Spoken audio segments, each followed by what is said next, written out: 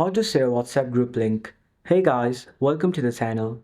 So, if you want to share your WhatsApp's group link to other people through WhatsApp or any other app, what you're simply going to do is, first of all, open WhatsApp application on your device.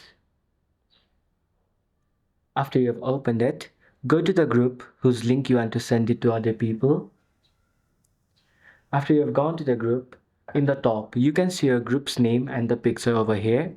Just click on it. Then it'll take you to this page where you'll see all the informations about your group. From here, scroll down. Then you can see the option which says invite via group link over here. Just click on this. Then you'll see this interface over here. Now, here you can see your group link and other various options. If you go to send link via WhatsApp, then you can send the link to other people on WhatsApp. If you go to copy link, the link will be copied and you can paste it and send it to other people on any platforms you like. If you go to share link, you can simply share the link from here to various other apps. If you go to QR code, you'll be given the QR code of your group. You can simply screenshot this or send it to anyone you like by that, or you can even reset your link.